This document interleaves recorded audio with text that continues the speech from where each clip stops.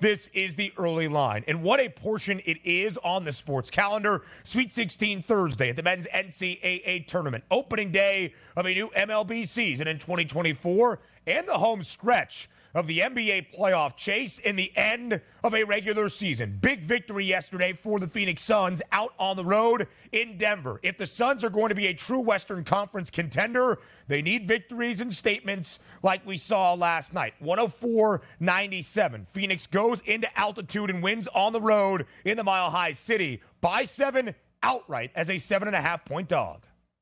Yeah, we'll see. Denver was without Jamal Murray in this basketball game, but the big three did show up for the Phoenix Suns, and they were still dogs here. 6.5, 7.5, depending on what time you got that number, was basically that closing line. 104-97. It's one of those maddening things that you take a look at for the Suns, because I wanted nothing to do with them yesterday, whether or not I was betting the Denver Nuggets, because I don't understand the MO right now of the Phoenix Suns. But moving forward, that's a big-time win to go into elevation and take down the Denver Nuggets. As long as Jokic is on that court, that is a big deal here. Nice win for the Suns, but again, they haven't convinced me just yet. Maybe they have about 10 games to go to convince me that maybe they are worth a chance at a Western Conference championship.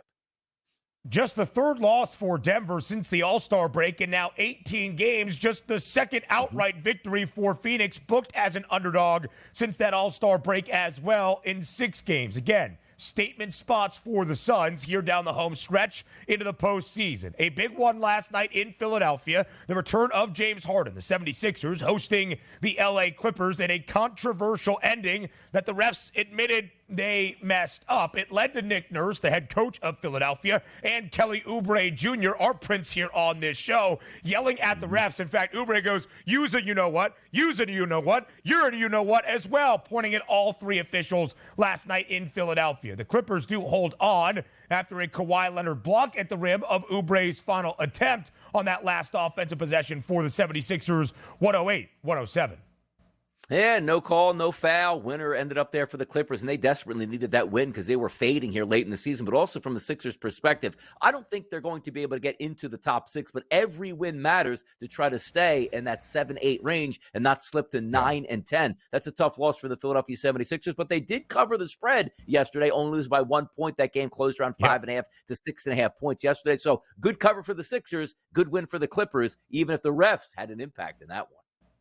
A controversial ending, with the Clippers now 9 and 10 since the All-Star break, still sub 500. The Houston Rockets in OT in OKC win their 10th consecutive game, 132-126. The Rockets win outright as a 3.5-point dog in Oklahoma City, 10 in a row for Houston, making that charge for the 10th spot in the Western Conference standings. By the way, shout out Giddey here, 31 points and 7 rebounds. He's been on fire as of late, but no more team being on fire than those Houston Rockets that are making a charge at the Golden State Warriors, who play with pressure every single night now, trying to hold on to that 10th seed. Who would have saw that coming just a few short weeks ago? The Rockets right now, the best team in the NBA, going into OKC. And I know SGA didn't play in this basketball game, but that's neither here nor there. Big time win by the Rockets in overtime. Who's stopping them right now? Apparently nobody. Outright as a 4.5-point underdog. Again, Houston 3 times in this 10-game win streak has won outright as a dog. But there's still a game back of that 10th and final spot in the Western Conference play-in tournament, because Golden State, despite losing Draymond Green to an ejection less than 4 minutes into the opening quarter, hold off the Orlando Magic last night on the road, 101-93. Golden State wins outright as a short underdog in the state of Florida. Jonte Porter, you might have some company here with Draymond Green. People betting the unders. He gets ejected early from the conversation. Let's make sure we check into that. But being for real, that's a good win by the Warriors. Back-to-back games in Florida, picking up back-to-back victories here. And we know the Magic were rested and ready for this one. I was surprised. I thought the Magic would win and cover this game. Good win by the Warriors, even without Draymond Green. The Dubs 16-9-1 against the spread as an underdog this year. That's their 8th outright victory. They've been one of the better underdog teams in the NBA. One of the better road teams in the NBA as well, 20-15 away from San Francisco. They have a losing record at home. Now to some other news around the sports landscape right before opening day across Major League Baseball. The Dodgers continue their offseason, but technically they've already played some games in terms of their spending flurry. They signed Will Smith to a 10-year, $140 million contract extension. I'm not sure where the Dodgers are getting all this money, but they are spending it in terms of making sure they can win a World Series this season.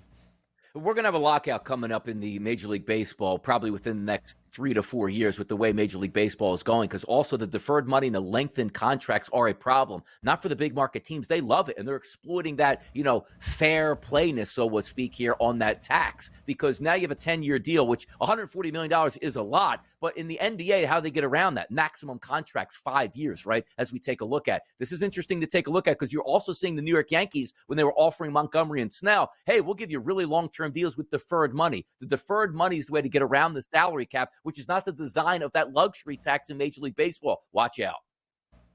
Yeah, it's going to be a very interesting time in MLB as we go to the National Football League. A return home for Jadeveon Clowney, a native of Rock Hill, South Carolina, 25 miles south of Charlotte. He signs with the Panthers on a 2-year deal for the 10-year NFL veteran. And we'll talk about some coaching news in college basketball later on. More around the association up next.